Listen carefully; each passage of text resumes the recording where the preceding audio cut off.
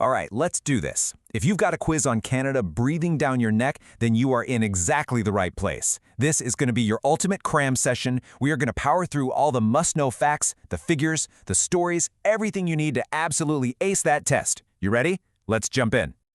So here's our game plan. First, we're going to tackle the big picture, just how massive Canada is. Then we'll zoom right in on the map, cover all the key cultural symbols you need to know, do a super quick history lesson, and then we'll wrap it all up with a snapshot of Canada today. Let's get to it.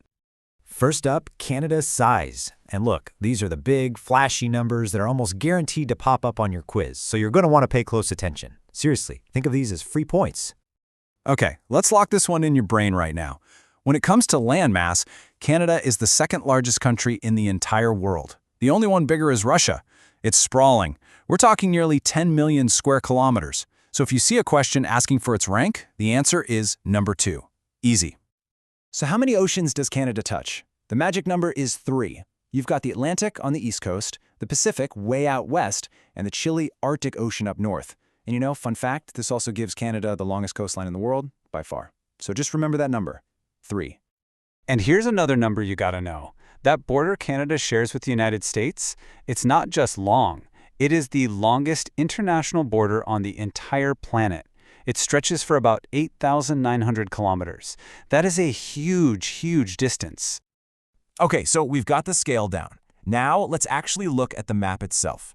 For your quiz, you'll definitely need to know the basic political and physical geography of Canada. Now, this is a fundamental fact. Write this down.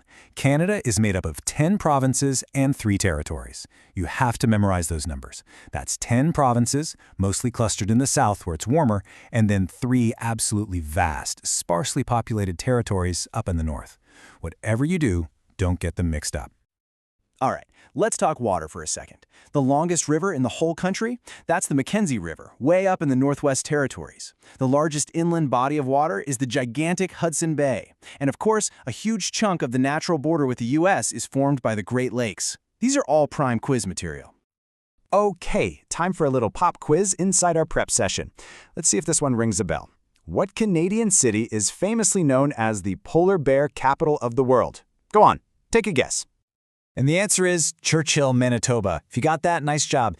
This is just a perfect example of how wild Canada really is. It's this tiny little town on the coast of Hudson Bay where, in the fall, migrating polar bears can actually outnumber the people living there. Wild. Okay, let's move on to Section 3, Culture. You know, every country has its symbols, and Canada's are pretty unique. These are the kinds of questions that test if you know the country beyond just maps and numbers.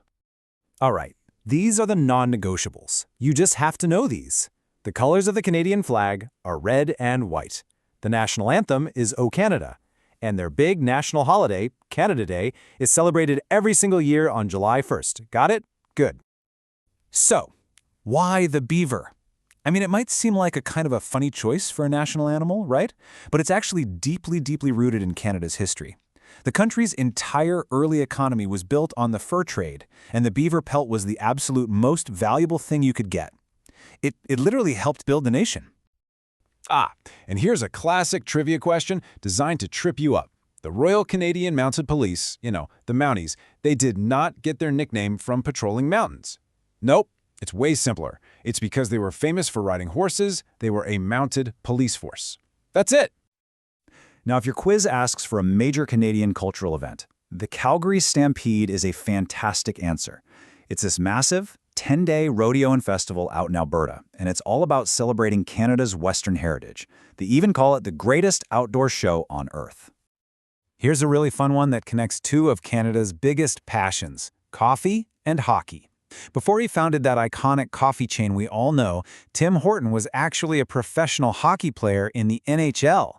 I mean, how much more Canadian can you get?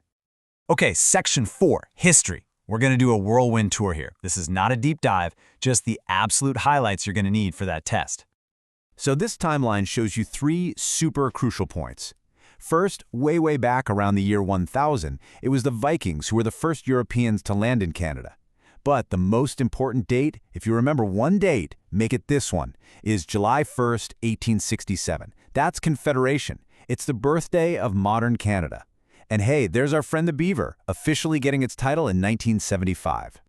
And what about the name Canada itself? Well, it actually comes from a pretty simple misunderstanding. Early French explorers heard the local Huron-Iroquois people use their word Canada, which just meant village or settlement. The explorers kind of misunderstood and thought they were talking about the entire land, and, well, the name just stuck. All right, last section. We're on the home stretch. Let's bring everything up to the present day. We're going to cover how Canada is governed, what they speak, and where most people actually live. Okay, here's what you need to know about the government. Canada is a constitutional monarchy. That means its official head of state is the British monarch, who right now is King Charles III. The country has two official languages, English and French. And hey, here's a little bonus point for your quiz. While the whole country is officially bilingual, New Brunswick is the only province that has formally adopted that status for its own provincial government. Now, this slide is fascinating. It shows you something really unique about Canada's population. Even though the country is enormous, something like 90% of all Canadians live within 200 kilometers of the U.S. border. The simple reason is the climate, right? It's just warmer down south. But this has huge effects on everything from politics to culture, creating a country that's largely defined by this one long, thin, populated strip. Okay, there you have it. You've got the key facts you need to pass. But let's just end with one final thought.